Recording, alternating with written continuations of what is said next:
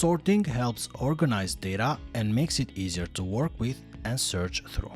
In C#, you can sort numbers, strings, dates, or even your custom objects using built-in methods and comparison logic. For simple cases with basic types, you can just use the sort method, and this is going to sort them in an ascending order.